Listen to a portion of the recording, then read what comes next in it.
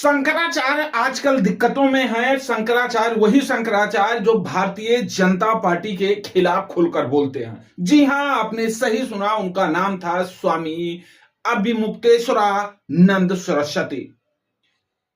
वैसे तो शंकराचार्य प्रधानमंत्री नरेंद्र मोदी ने भी उनके चरणों में शीश नवाया और जब उन्होंने भारतीय जनता पार्टी बीजेपी के खिलाफ बोलना शुरू किया और उसके बाद अभी हाल ही में जो उनके साथ प्रयागराज में हुआ उसको लेकर के चर्चाएं जो है वो तेज हो गई थी। लेकिन इसी बीच एक हैरान और परेशान कर देने वाली खबर सामने आई। खबर आई कि स्वामी अभिमुक्तेश्वरानंद महाराज के ऊपर जो है शंकराचार्य के ऊपर यौन शोषण का आरोप लगाया गया है और उन पर जो है वो मुकदमा दर्ज कर दिया गया है और जानकारी ये भी मिल रही है कि उन्हें अब जेल भी जाना पड़ सकता है। उनको जो गिरफ्तारी है वो उत्तर प्रदेश पुलिस कर सकती है। लेकिन सबसे बड़ा सवाल आज एक है कि उन पर जो मुकदमा कराने वाला व्यक्ति है जिसका नाम आशुतोष पांडे है।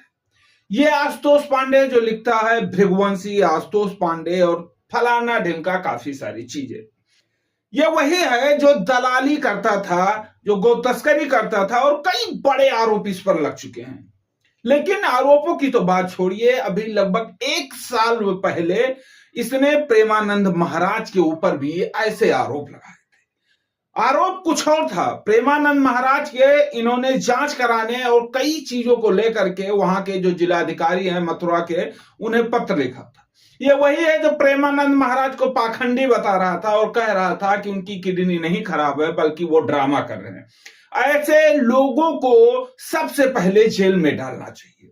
लेकिन हकीकत क्या है कि ये भारतीय जनता पार्टी के संरक्षण में पल रहा एक गुंडा है, एक मवाली है और इसे भारतीय जनता पार्टी के बड़े बड़े नेताओं का साथ मिला है क्योंकि उनके साथ इसकी फोटो आती है सामने बैठकर बातें करते हुए। और अब सवाल यह उठ रहा है कि आखिर अगर भारतीय जनता पार्टी के साथ कोई दुराचारी, कोई ऐसा व्यक्ति है और उसके कहने पर बिना जांच बिना पड़ताल पुलिस एफआईआर कैसे कर लेती है? सवाल कई है और सबसे बड़ा सवाल यही है कि शंकराचार्य का देश भर में मीडिया से लेकर सोशल मीडिया पर अपमान क्यों किया जा रहा है, जबकि आशुतोष के बारे में सबको पता है कि ये एक दुराचारी व्यक्ति है। इसने प्रेमानंद महाराज को नहीं छोड़ा तो आज शंकराचार्य के ऊपर जब ये आरोप लगा रहा है तब शंकराचार्य के ऊपर कैसे केस, वो और उनके जो शिष्य हैं उनके ऊपर कैसे केस दर्ज कर लिया जाता। देश भर में अनेकों ऐसे केस आते हैं लेकिन पुलिस कोर्ट सब मौन रहते हैं।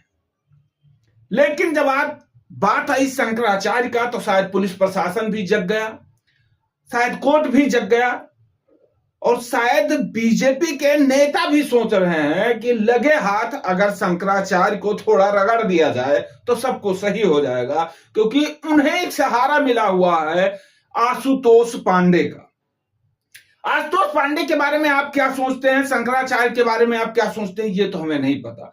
पर हमें यह पता है कि जो प्रेमानंद महाराज के ऊपर आरोप लगा सकता है वो व्यक्ति कितना गिरा होगा उसका कोई आंकलन नहीं किया जा सकता।